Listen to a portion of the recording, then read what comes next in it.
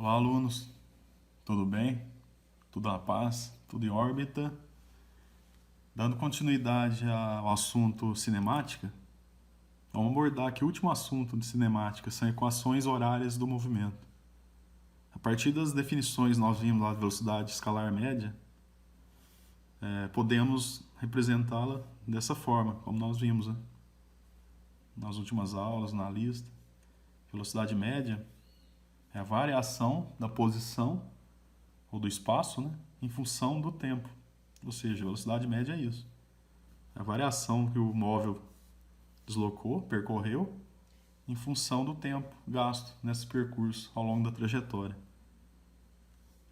E ΔS e ΔT, né?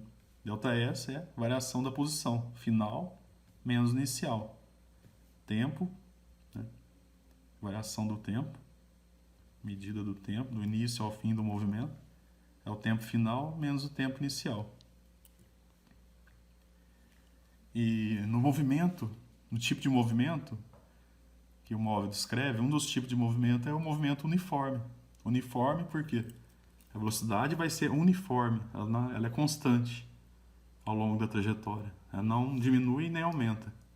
Trata-se do estudo do movimento de um móvel que parte do início do movimento e ao longo de todo o percurso esse movimento é uniforme. A velocidade é constante. Daí o nome movimento uniforme. Podemos tirar lá da equação da velocidade, a equação da velocidade escalar média, que é essa aqui, velocidade, variação da posição em função do tempo. Tiramos dela a equação horária da posição, que é chamada também de função horária da posição. Como que se obtém essa função horária da posição? Ela é obtida a partir da definição da velocidade escalar média. Reagrupando essa equação da velocidade escalar média, isolamos aqui o ΔS, que ΔS é S menos S0, que é igual a velocidade vezes o ΔT, né, que é T menos T0. E reagrupando aqui essa equação e isolando a incógnita S, que é a posição, queremos a função horária da posição, então vamos isolar o S. S, isolando aqui, esse menos S0 passa para o outro lado da igualdade, com sinal trocado. Fica positivo. Somando com o restante dos termos aqui. Mais V vezes ΔT, que é T menos T0. Com isso é obtido a função horária da posição, ou equação horária da posição, que é S em função do tempo, que é igual a S0 mais V vezes T, ou ΔT.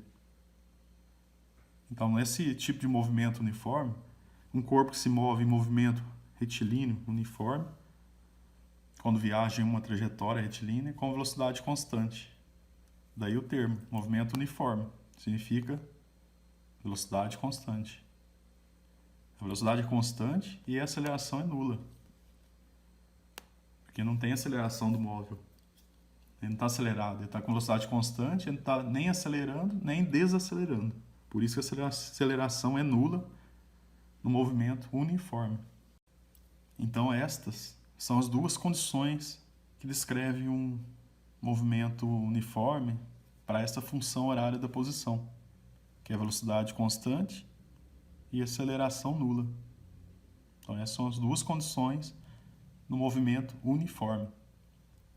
E a função horária da posição, ou também chamada de equação horária da posição, no movimento uniforme, é essa aqui.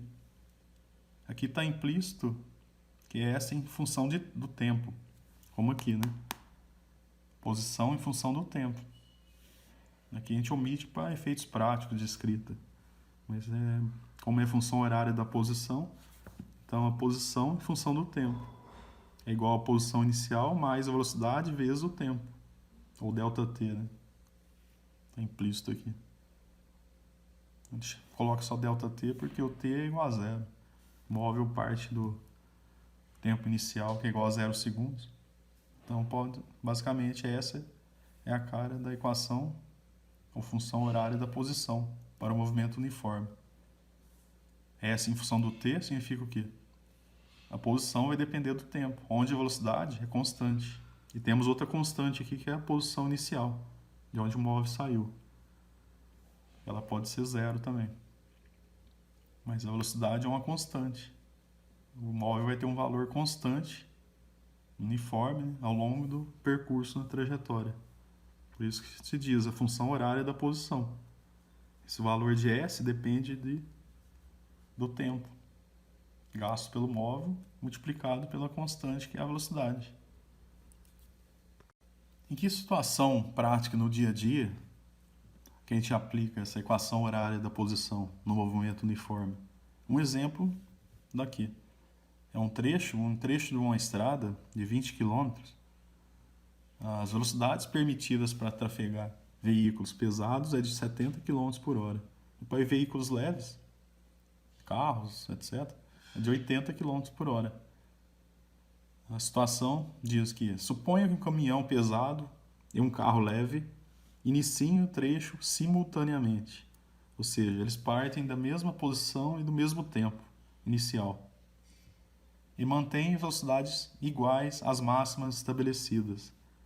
Então aqui o exercício já diz que se mantém velocidades iguais, velocidade constante, já diz que é para trabalhar um movimento uniforme. No problema pede, calcule o tempo que o carro gastou no trecho de 20 km, do início ao fim do movimento. E o item B pede a posição, para determinar a posição do caminhão no instante de tempo que o carro completa o trecho. Ou seja, a velocidade do carro vai ser 80 km por hora, que é maior do que o caminhão, 70 km por hora. Velocidade constante para ambos. Isso é um movimento uniforme. Então, à medida que o carro está com 10 km a mais na velocidade que o caminhão, é óbvio que o carro vai chegar primeiro, né? E no item B ele pede em que posição o caminhão vai estar quando o carro completar o percurso total de 20 km. Mas primeiro vamos calcular o item A. Como foi fornecido no problema, que a velocidade é constante, foram dadas velocidade constante para o carro e para o caminhão. Como o item A pede o tempo gasto do que o carro levou no percurso todo, né? Vamos utilizar a equação da velocidade média. Tem como resolver só pela equação da velocidade escalar média. Velocidade escalar média é ΔS sobre ΔT, isolando o T, que aqui a gente quer determinar o tempo ao longo do percurso.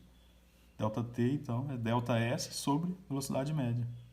ΔS, 20 km, que é o trecho, 80 km por hora é a velocidade escalar do automóvel, do carro. Então, temos aqui, simplificando, 20 por 80, ou 2 por 8, dá 1/4 de hora. É o tempo gasto para o carro nesse intervalo, nesse trecho de 20 km na estrada, do início ao fim do movimento. Já o item B pede a posição que o caminhão estará quando o carro completou o percurso. A gente calculou aqui que o carro completou o percurso nesse intervalo de tempo, 1/4 de hora, né? Ou seja, 15 minutos, já que uma hora são 60 minutos, 1/4 de hora. Pega o relógio lá, os ponteiros do relógio, dá para ter uma noção, 1/4 de hora, 15 minutos. Uma hora completa, 60 minutos. Mas aqui vamos deixar por hora, porque a unidade aqui está em quilômetros por hora. Nesse caso não vamos usar minutos nem segundos. Vamos trabalhar com hora. Então deixa 1/4 de hora por enquanto. Então, para calcular a posição do caminhão, né, nesse instante de tempo que o carro completa o trecho de 20 km, vamos escrever a equação horária, ou a função horária da posição, que a gente conhece, que é essa cara aqui. S em função do T, que tempo é esse? É o tempo que o carro completa, instante é sinônimo de tempo, instante de tempo, né? Que o carro completa o trecho. O carro completou o trecho em 1/4 de hora, então é a posição, é a função horária do caminhão, isso aqui. Então a posição que o caminhão estará a 1/4 de hora,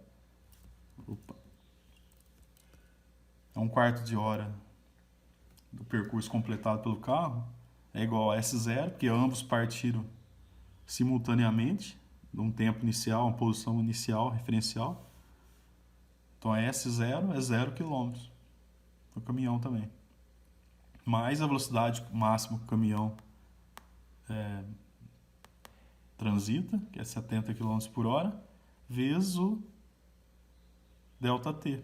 ΔT é 1/4. 1/4 é a mesma coisa que 0,25. 0,25.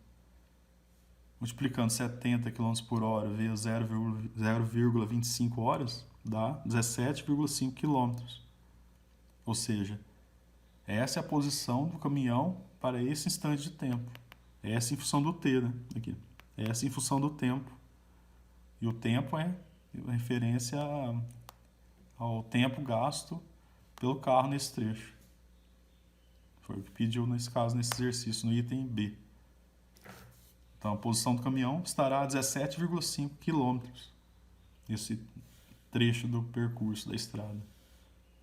Enquanto o carro completou o trecho de 20 km em 1/4 de hora, ou 15 minutos, o caminhão estará, né, que é a equação horária da posição do caminhão, ele estará nesse mesmo intervalo de tempo, de 1/4 de hora, a 17,5 km percorridos na trajetória. Tá certo? Então é um tipo de movimento, uma aplicação do movimento uniforme. Note que em todo problema, toda questão, vão estar descritos as variáveis, vão ser fornecidas as variáveis e vai pedir a incógnita. No caso, o item A, a incógnita, é o ΔT, é o tempo gasto pelo carro. No item B, a incógnita é o S, é a posição em função do tempo que está pedindo para o caminhão. Todos os exercícios vão dar todas as instruções e dicas já no enunciado e nos itens que pedem para determinar.